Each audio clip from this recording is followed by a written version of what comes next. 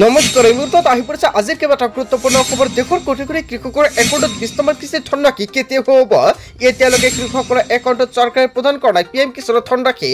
বন্ধু বান্ধৱীসকল, PM কিষাণৰ প্ৰতিজন হিতাধিকাৰীৰ বাবে অৱশেষত আহি গ'ল ভাল খবৰ।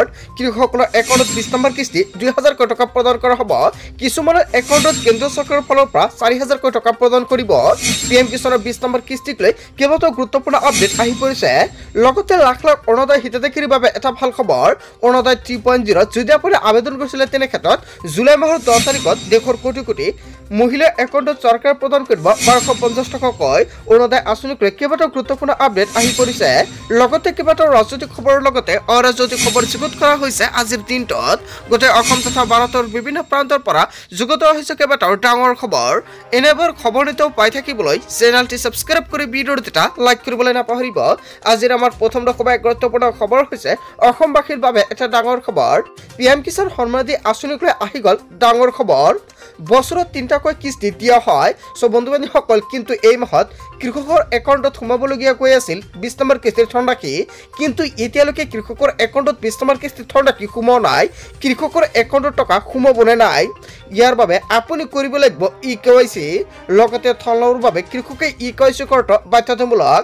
PM কিষাণৰ 20 নম্বৰ কিস্তিৰ ধনৰাশি লাভ কৰিব আপোনাৰ একাউণ্টত, কিন্তু তাৰ আগতে যদি আপুনি EKYC কৰাই অতি শীঘ্ৰে EKYC কৰাই ৰাখক। হিতাধিকাৰীৰ একাউণ্টত পোনপটীয়াকৈ সোমাব এই ধনৰাশি। ধন মোকলাই দিয়াৰ পূৰ্বে আপডেট কৰক আপোনাৰ বেংক একাউণ্ট।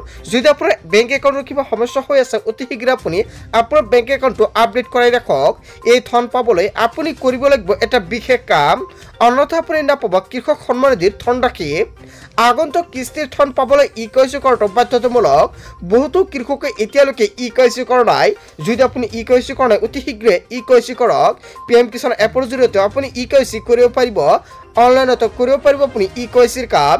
CSC চেণ্টাৰত গৈ কৰিব পাৰিব আপুনি EKYC সম্পূৰ্ণ কৰিবলৈ আহ্বান কৰিছে চৰকাৰৰ ফালৰ পৰা।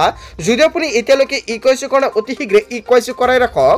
লগতে PM কিষাণৰ 20 নম্বৰ কিস্তিৰ ধনৰাশি কেতিয়া প্ৰদান কৰা হ'ব কেন্দ্ৰীয় চৰকাৰৰ ফালৰ পৰা?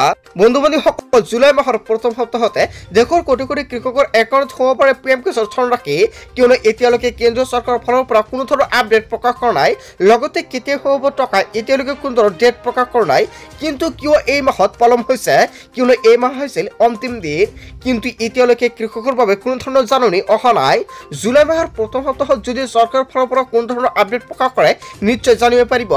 বন্ধু বান্ধৱীসকল, আজিৰ মূল ভিডিঅ'খনত আপোনালোকক এইখিনি সৰু এটা নতুন ইনফৰমেশ্যন দিবলগীয়া আছিলে। ভিডিঅ'টি ভাল লাগিলে লাইক কমেণ্ট শ্বেয়াৰ কৰিব, আৰু যদি এতিয়ালৈকে চেনেলটি ছাবস্ক্ৰাইব কৰা নাই চেনেলটি ছাবস্ক্ৰাইব কৰি ৰাখিব। থ্যাংক ইউ ফৰ ৱাচিং ফুল ভিডিঅ'।